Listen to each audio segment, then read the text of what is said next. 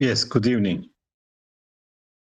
We are witnessing a historic time where the old, maybe world order is challenged and the new order is trying to be established. So we are with the Ukraine crisis. I think Russia is maybe challenging the global system, where you get a power grab that's not supposed to be in the normal UN clause that maybe bans any land grab or using power to change the territories, etc. But Russia is, I think, feeling the weakness of the American leadership, especially with Biden. Is getting old. He's already old, and also they don't have the unity, and I think they choose a good time to express their kind of maybe rejection or revision to the world order. And we know United Nations failed to solve many of the crises in Syria, in Libya, in Yemen, in the Middle East, and we wanna discuss this with different people. If you have questions, or comments, you can ask microphone, Mr. Abdunur or other brothers and sisters. So we can discuss this. Abdunur, welcome. Yes, thank you very much, Professor Ahmed. Thank you, and good evening to all the listeners here, and as well as speakers. As you said, Yes. the world is actually witnessing a historic change, a historic moment, and this is going to affect not only Ukraine, but will affect the global order and peace and security, and especially in Europe, Ukraine, of course, is part of Europe. We see that an important country in Ukraine is being invaded by a neighbor, and this will have ramifications on the global peace and order, especially in the Middle East and also in Africa. We know Ukraine is a major bread basket that produces different agricultural products, including wheat and grain that are being consumed in the Middle East and in Africa, and some of the conflict areas. Will be in major lands where the flour and other essential foods are produced. So I think this will impact the North African countries at the same time in the Middle East. But I would like to know Turkey's position and how this conflict will affect Turkey and what Turkey's position will be. Thank you. Yes, thank you. Please hang on. If other brothers and sisters want to have the mic, please ask the mic, and you can demand the microphone, and then you can talk. This is going to be a hard test for Turkey, because in the meantime, Turkey has close relations with both sides. And also, this precedent having, land grab and, lack of, order and rule of law, I think is gonna affect the Middle East more, and I think we are gonna see a negative impact on it. But overall, when we talk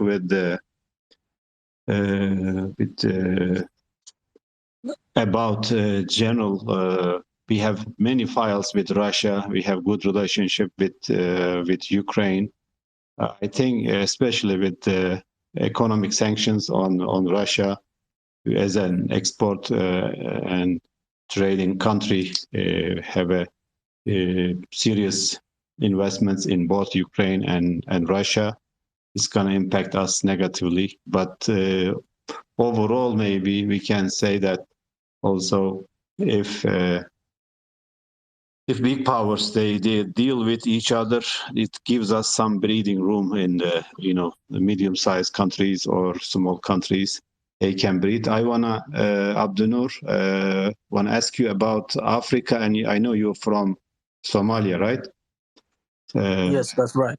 Yes. How do you think it's gonna impact either Somalia, Horn of Africa? What do you think? Thank you, Professor Ahmed. I think this will impact not only the Horn of Africa or Somalia, but the whole continent, because we already know one of the leading problems in the continent is the food insecurity. We have seen a lot of changes in the continent in the last few years, and we have seen military takeover of powers in West African regions, including Mali, Guinea, and Burkina Faso in the last few months. And we have seen the rise in protests and the political transition in Sudan, which was triggered by, of course, a food insecurity. Like at the beginning of the Sudanese revolution in 2019 was because of rising and bread price and at the same time oil price. So that was the triggering factor. So I think, as I said, Africa will be hugely impacted by the crisis in Europe, and especially as most of these countries import essential foodstuffs from Ukraine as well as other countries. And we know some of these products are transported or imported to Africa through third countries like Egypt or India. And so, yes, we will see. I mean, if the crisis continues, it will impact. I mean, the food sector in the African continent, and we will see more instability and most likely revolutions in different African countries. So, when it comes to Somalia, I don't think it would have. Somalia is just like other countries. They want to be a very immediate impact, but I think the conflict generally will impact the global food chain, and that will lead us into to witness a new kind of food insecurity in Africa, which already the continent is facing a huge drought, especially in the Horn of Africa and in Somalia, and where because of lack of shortage of rains or in the last few months and years. So yes, in general, this will impact Africa and Somalia and the Horn of Africa, but God forbid we will see. We hope that the conflicting parts in Ukraine and Russia will come to terms and this conflict will be stopped as soon as possible. Thank you. Yes, thank you, Abdunur, and also wish the best for Somalia. And we have also drought in Morocco and in, of course, the Sahel region, which is the Sahara region, is also hit hard by drought. So wish the best. And if newcomers also want to have a talk, we want to hear your voices. Mr. Omar, please tell us where you're from and your comment, please. Thank you. Thank you, Professor. My name is Omar. I'm of Somali ethnicity, and I grew up born and raised in the UK. I'm currently a student. The question I have is, obviously, you can see the apprehensiveness of, by the West or by specifically America or NATO to do anything that's direct. There's this fear of aggravating the Russians. So if, let's say, the events that unfolded tonight are just based off only what happened now, does that mean that the international institutions or the international that we know of today is number one, extremely fragmented, and number two, it puts its legitimacy down? Because obviously, if you are aware of the main ethics or the main rules that were set after the Second World War about the UN non-interference, respecting integrity, territorial integrity, etc. When it's the Americans that have done it with invasions and these kind of things, it's not really deemed as invasions. It's deemed as obviously these buzzwords and stuff. But I think for the first time we are seeing and the people who have the monopoly. Sorry, the first time we're seeing a change of dynamics, whereby there's no longer a monopoly of invasions. If that makes sense. That's basically the question. Does that delegitimize the international as we know it today, and does that make the world more fragmented? Yes, it is a valid question. In 2008, Putin he grabbed some land from Georgia, Ossetia, and Abkhazia, whatever. He said similar to this one, saying that they are independent, but it was by the Russian forces that make sure that these areas separated. Then you have, I think, 2014. You have the annexation of Crimea. It is further is more daring than saying this is a independent country. They said this is a Russian territory for Crimea, and historically Crimea is the Turkish land, but it was put under there are Crimean Tatars that used to live there for a long time. But the Russians during the Soviet time gave it to Ukraine, and then they grab it from Ukraine. So this is a kind of a more daring approach, and the West didn't challenge him. Immediately after that, Russia entered Syria to make the Crimean case as a forgotten, but this Crimea is a more direct violation of the international law, UN Charter. This was a more obvious land grab. Nobody talked about it. Then entered Libya. Now, with I think feeling the weakness of the West, they entered. I think, especially with Biden as an old man, and America is becoming weaker, and along with China, and now they see fragmentation in Europe. They are also exploiting them. And recently also we have seen in the Sahel region in Africa, Russia is also is said to be involved in several coup activities, attempts, or real success, or in a way, realizing the coup. So in this sense, we see Russia also present in Africa, in Europe. In Europe, Russia has a general approach that they support the far right, Russia in Europe. They have good relations with Le Pen and other right-wing parties similar in other countries. These parties are mostly against the European Union. So Russia has a built-in interest to have a fragmented Europe, fragmented West. So it is exploiting that weakness, and we'll see. But I think Russia will be more daring and more assertive in the near time. So, Mr. Mubarak, please, welcome and tell us where you're from and your comment, please. And if others want to have also microphone, you can demand microphone. This is a more interactive session. Thank you. Yeah, yes, go ahead. Can I hear you with you, Professor Ahmed? Yes, I hear you well. Yeah. Thank you very much for the welcoming the floor. I think I'm hearing the news tonight, the recognition of Russia for the Donetsk and Luhansk in Ukraine. I think this is against the sovereignty, territorial integrity, and political independence of Ukraine, and the international laws as well. The last month is the Ukraine crisis is very are increasing, and Treasury secretaries all resolved, so the meeting could proceed a few hours later. Make make a peaceful dialogue with Ukraine. can we is there any ongoing negotiations currently between the Ukraine and Russia? How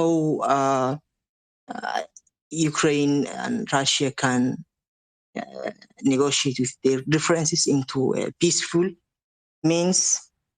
And I think Russia currently, they don't need to go the path of diplomacy to solve these conflicts, although we are seeing the conflicts and the tensions are increasing the last hours. And the Westerns, including the United States and the other European countries, are still supporting Ukraine to defeat the Russia. So my question was, if there is a war between Ukraine and Russia, how they can affect the global situation, how they can affect the US and the other European countries and the rest of the world. Thank you. Thank you. I think the war, a major war between Russia and Ukraine now is off the table, I think, unless Ukraine attacks these Donetsk and other regions, which are calling for independence now or declaring their independence. But after, this concession, Russia, after showing the, more extreme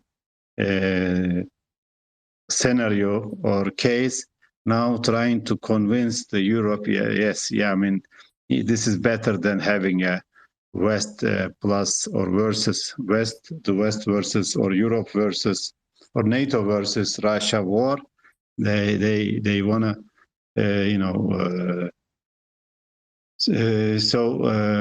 Russia is trying to push for a maybe little bit softer, not soft, but raising the hand, raising the stakes, and now pushing for a little bit lesser evil in a way. So I think the Europeans or the Westerners, they will apply sanctions and stuff, but I think the scenario of war is now far away than before. Thank you. And I think if you have more question or some comment, let's finish here. Yeah, thank you, Professor Ahmed. I think you are in Turkey. Am I right? Yes, we are in Turkey. Yeah. We are close to the, unfortunately, we are close to the problems. That's why I choose also the Middle East, because the Middle East is also in the boiling stage, where Russia also plays a role in Syria, in Yemen, directly or indirectly. I mean, Russia sometimes supports them diplomatically, sometimes give arms, sometimes sell arms, sometimes, the Houthis, it's said they are gonna recognize the Donetsk as an independent state. Before they are not recognized. Houthis themselves are not recognized, but these are the political games that we are seeing. We are also impacted by that, but I think the Middle East will be paying more price for such kind of global competition.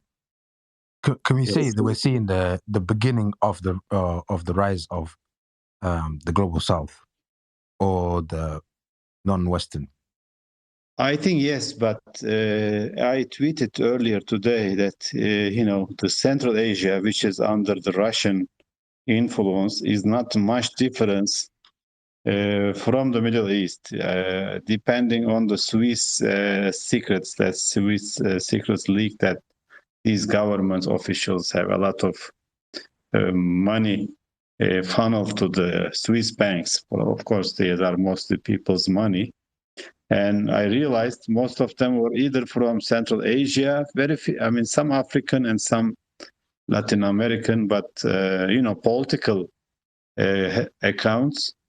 So there is similarity between Central Asia and where Russia is dominating. We have also the Middle East, where the West is dominating with oil and gas, and North Africa, which French influence. So we are in the meantime, these regions are struggling for democracy and development, including Africa. But if they are going to replace, let's say, one superpower or one big power like France with Russia, I don't think it's going to make big difference in Africa. And I know Africa is also struggling for development and democracy, etc. So it is an interesting game now we are seeing.